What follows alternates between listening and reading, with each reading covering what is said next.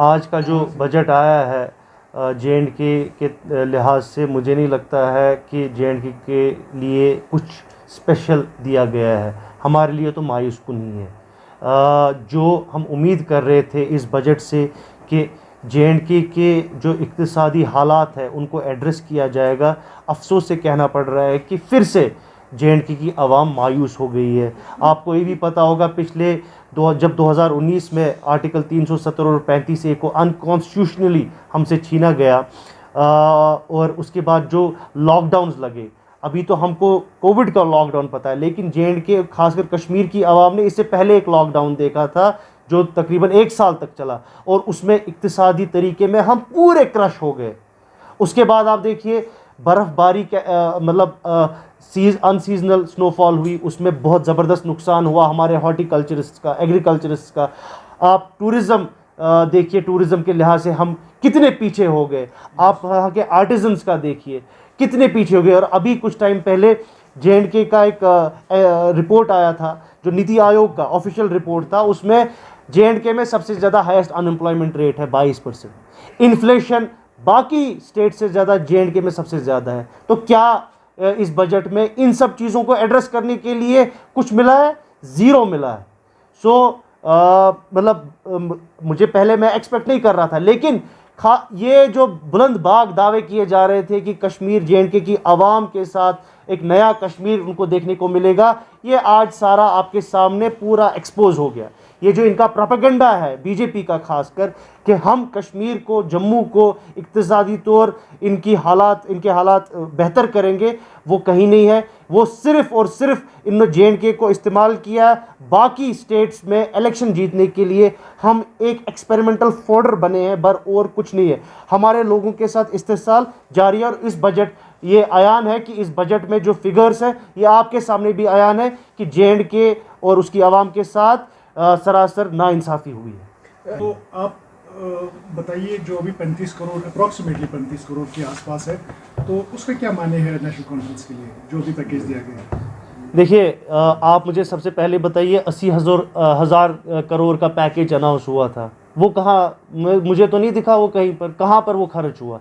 अभी जो कल प्रेसिडेंट साहब ने जो कल अपनी तकरीर में बोला, उन्होंने उन कामों का जिक्र किया जो काम यूपीए सरकार में हुई थी। चाहे आप टनल की बात करें, वो यूपीए में हुआ था। कॉलेजेस की बात करें, वो भी यूपीए सरकार में हुआ था। या इस हाईवे की बात करें, वो सारी हमारी सरकारों में, जब उमर साहब चीफ मिनिस्टर थे या बाकी कांग्रेस की सरकार थी सेंटर में, तो ये 80, उसके बाद इन्होंने हम बोला 80। This they are just playing with figures.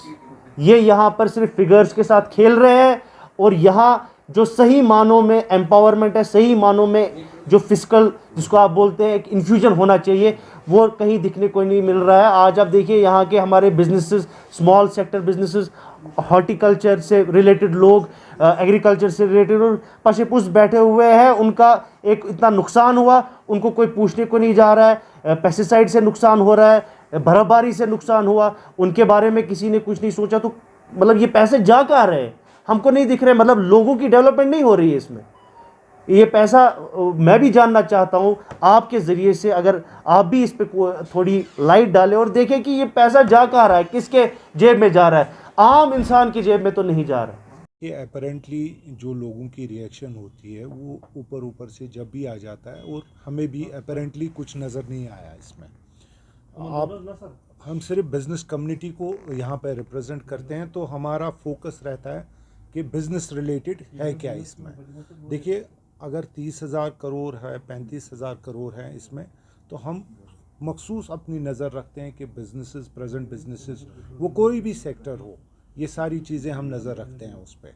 तो अपेरेंटली हमें एक नज़र आया एमएसएमईज़ को सपोर्ट करने की बात की गई है, CGTMS जो हमारी काउंटर गारंटी जो भी बैंक्स के लिए उन्होंने किया है। बाकी अगर आप कहेंगे तो एक लेक्स को कुछ फंड्स एलोकेशन किए हैं। तो बट बिजनेसेस की बात अगर करेंगे, हम प्रेजेंट बिजनेसेस की बात कहना चाहते हैं और आपके साथ शेयर भी करना चाहते हैं। We were all expecting big announcements for the revival of businesses.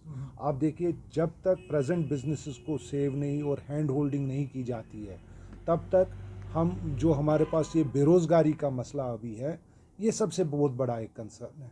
हमारा मतलब एक ही है कि कुछ ऐसी अनाउंसमेंट होनी चाहिए जिससे कि प्रेजेंट बिजनेसेस भी सेव हो, और जो फ्यूचर इन्वेस्टमेंट और इंडस्ट्रियल पॉलिसी में जो हमारे यंग एंटरप्रेन्योर्स आ रहे हैं, जो भी नया उसमें इन्वेस्ट करेगा, he is at least safeguarded there, और पॉलिसी में उसके लिए बहुत कुछ है।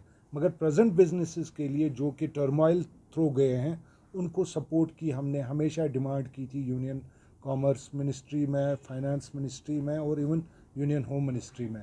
सो we are expecting big announcements जब भी ये इनको ये लगे। मगर क्योंकि अगर लोगों को खुश करना है, बिजनेस कम्युनिटी को खुश करना है, कुछ सोप्स की बहुत ज़रूरत है। Thank you. देखिए, बजट तो निर्मला देवी जी ने आज पेश किया है सुबह, पर कुछ एक चीज़ें जो हैं वो ज़रूरी जो चाहिए थी इसमें, वो इसमें हमें नहीं दिखी, जो जम्मू कश्मीर के मुतल्लिक होना चाहिए था।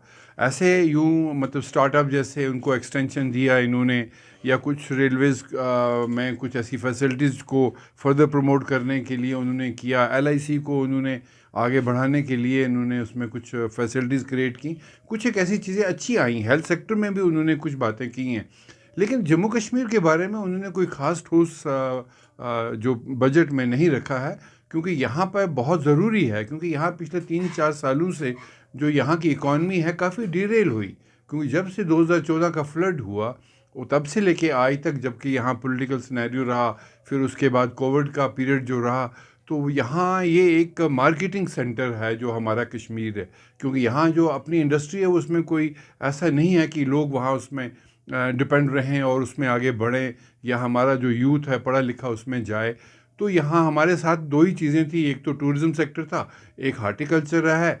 तो इन दो चीज़ों में सरकार को चाहिए था कि टूरिज़्म को बढ़ाने के लिए यहाँ टूरिज़्म के हमारे वही जो 3-4 जगह हैं, पहलगाम, गुलमर्ग, ऐसी जगह, या हमारे मुगल बागात हैं, इनको चाहिए कि यहाँ नक्शे में और थोड़ा सा इसको बड़ा करें, ताकि प्राइवेट सेक्टर में चले जाएं, जो कि हमारा यूथ है यहाँ पे, उसको इन्वॉल्व करें, और विलेज, टूरिस्ट विलेज यहाँ बनाएं, ताकि यहाँ का यूथ जो है पढ़ा लिखा वो उसमें चला जाए। और मैं ये भी चाहता हूँ कि ज़िंदगी के एक्सपीरियंस में मैंने एक चीज़ ये देखी कि कश्मीर में पानी बहुत अच्छा है, बहुत पानी है सब तरफ, लेकिन हर दिन यहाँ पे लोग एजिटेशन करते हैं। उसके लिए कोई स्पेशल बजट जो है सरकार को जम्मू एंड कश्मीर को देना चाहिए, ताकि जो हमारे मेन बड़े चश्मे हैं, जैसे कि ये लेदर है, पहलगाम का है, सिंध है, ये सारे टैप किए जाएं, और कश्मीर में पानी इतना अच्छा हो कि हर आदमी फील करे कि भाई बजट में हमें इन चीज़ों की प्रायोरिटी जो है वो दी जा रही है। उसके अलावा भी जो यहाँ पिछले काफ़ी देर से लोग जो लोन वगैरह लेके यहाँ परेशान रहे हैं, चाहे टूरिज़्म सेक्टर में थे या छोटे छोटे बिजनेसमैन हैं, दुकानें बंद रही हैं, उनकी बिजली फीसें जो हैं उनको देनी पड़ी हैं, उन सब को माफ़ करने के लिए इस बजट में कोई ना कोई ज़रूर होना चाहिए था।